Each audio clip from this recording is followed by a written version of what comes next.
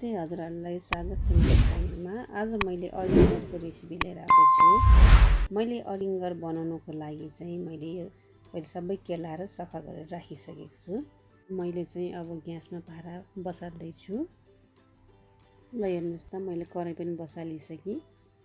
अब मैले चाहिँ यसमा तेल हाल्दैछु। तेल चाहिँ अलिक धेरै नै हाल्नु होला यो फुट्नुको लागि चाहिँ। हेर्नु, मैले अजिङ्गर पनि यसमा खनाइसकेँ। मजाले यसलाई यसरी चलाइदिनु होला। एकदमै मगमग बास्ना आइरहेको छ।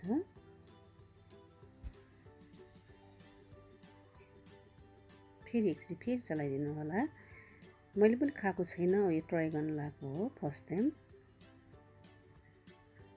हेर्नुहोस् त, गोल्डन ब्राउन पनि भइसक्यो। अब यसमा चाहिँ मैले अदुवा लसुन चाहिँ पिसेर हालेको छु। थोरै नुन पनि मैले थोरै हालेको छु। खासै नहाले पनि हुन्छ। मैले चाहिँ यसमा अदुवा लसुन र नुन चाहिँ थोरै हालेको छु। हजुरहरूलाई मनपर्छ भने प्याज लसुन सबै हाले पनि हुन्छ। अदुवा लसुन हालेर चाहिँ मजाले यसरी एकचोटि चलाइदिनु होला। लगभग यो रेडी भइसक्यो। अब यो म चाहिँ अब यो भाँडामा निकाल्दैछु।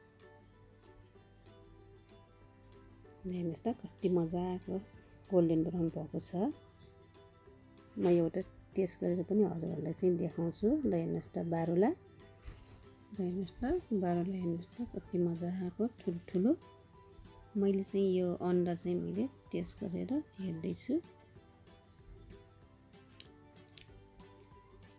वाउ, एकदमै टेस्टी, एकदमै टेस्टी लाग्यो मलाई चाहिँ। यो अरिङ्गर चाहिँ तपाईँहरूले भेटाउनु भयो भने तपाईँहरूले खानु होला एकचोटि। एकदमै टेस्टी, हेल्दी पनि छ। हजुरहरूले मेरो भिडियो मन परे लाइक, कमेन्ट, सेयर, सब्सक्राइब गर्न चाहिँ नभुल्नु होला। धन्यवाद।